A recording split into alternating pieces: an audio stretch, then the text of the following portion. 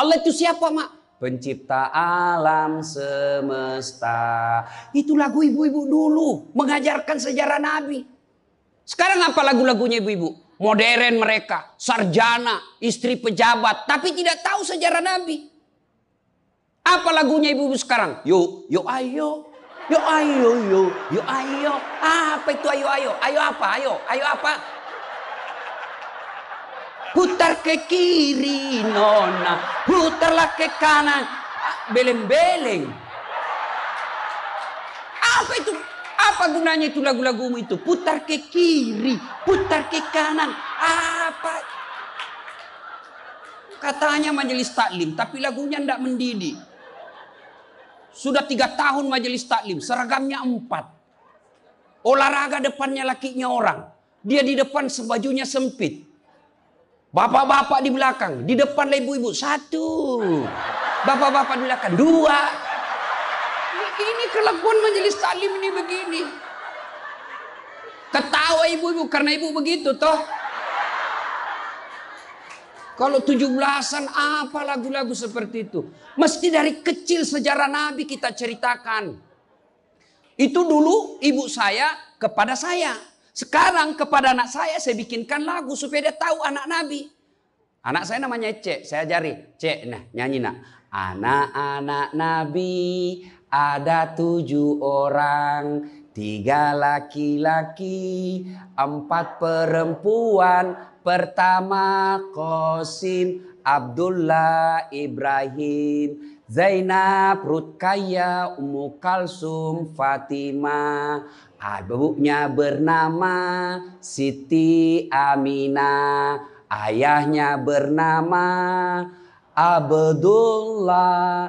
Kakeknya bernama Abdul Muthalib. Pamannya bernama Abu Thalib. Ibu baru tahu toh 7 anak Nabi? Ya. Berapa laki-laki? 3. Berapa perempuan? Anak pertama? Qasim.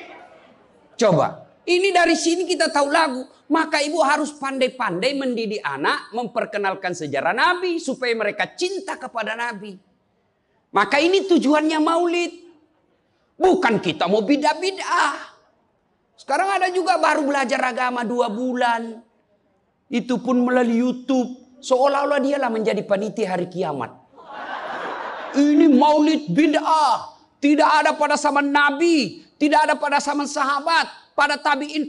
Tidak ada semua itu. Saya bilang bos memang tidak ada pada zaman Nabi. Tidak ada pada zaman sahabat. Kenapa? Mereka hidup sesama dengan Nabi. Mereka lihat Nabi. Segar ikatan mereka soal Nabi. Mereka tahu sejarah Nabi. Jadi tidak perlu dituturkan.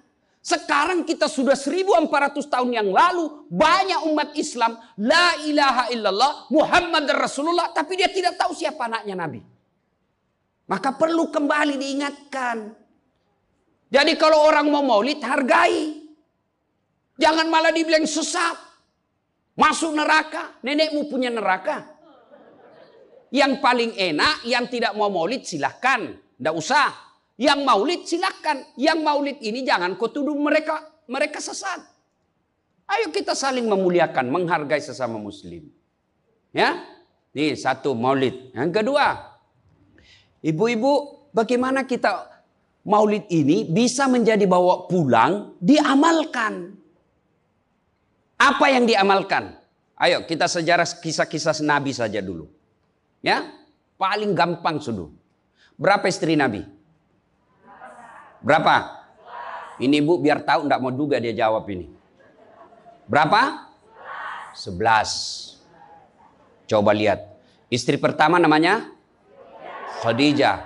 Tua berapa tahun? 15 tahun lebih senior dari Nabi. Sebelum menikah dengan Nabi, beliau paling kaya di Mekah. Paling kaya di Mekah. Menikah dengan siapa? Muhammad bin Abdullah. Pegawainya waktu itu, karyawannya. Lalu Khadijah selalu cerita-cerita kelebihan Muhammad kepada asistennya. Namanya Nafisah. Asistennya, dia selalu cerita. Ini Muhammad baik, jujur, kinerjanya bagus, disiplin, sopan ngomong. Nguntung juga baik. Nafisah paham. Oh, bunda ini senang sama Nabi Muhammad. Waktu itu belum jadi Nabi. Akhirnya apa? Nafisah jadi tim sukses. Tapi bukan tim sukses pilkada. Disuruh bikin baleho 10, cuma 5 dia bikin. Hilang 5. Ya kan? Ini Nafisah datang kepada Muhammad. Muhammad, bagaimana kalau ada perempuan suka kamu? Alhamdulillah. Tapi ini perempuan lebih senior dari kamu. Tidak ada masalah. Lebih tua 15 tahun. Tidak ada masalah. Tapi dia sudah 2 kali janda. Tidak jadi masalah. Tapi dia bosmu. Tidak jadi masalah. Yang jadi masalah, benar tidak dia senang sama saya? Kata Nafisah, tenang mas bro. Saya punya urusan. Jangan lagi cari dah hadis mas bro. Tidak ada. Lalu datanglah Nafisah kepada Khadijah. Bunda, bagaimana menurut bunda kalau ada laki-laki senang bunda? Alhamdulillah, terbuka jodoh. Tapi ini lebih muda dari bunda. Tidak jadi masalah. Lebih muda 15 tahun. Tidak jadi masalah. Tapi dia anak buahnya. Tidak jadi masalah. Yang jadi masalah, benar tidak dia senang sama saya? Kata Nafisah, tenang bunda, saya punya urusan. Ini namanya tim sukses yang tidak mempermalukan kedua belah pihak. Coba kalau Nafisah mau memanfaatkan situasi. Maka dia datang kepada Muhammad. Muhammad, dia suka kok bos. Tenang aja, ambil semua hartanya. Dia terlalu senang sama kamu. Nafisah kan tidak. Berarti ibu-ibu jaga perasaan orang. Jaga harga diri orang. Jangan permalukan orang. Meskipun ibu tahu ada aib dalam dirinya. Ini penyakitnya ibu-ibu. Apa? Tukang gosip. Ini. Duduk-duduk begini damai tapi gersang. Oh coba lihat siapa duluan pulang dia jadi ibu cawan. Jadi ini gini Pak Gubernur itu dia duduk-duduk itu. Dia enggak cerita tapi apa? Dia mulutnya enggak ngomong tapi bibirnya dong. Memang fitrahnya. Apa begitu orang sini? Bukan cuma di sini.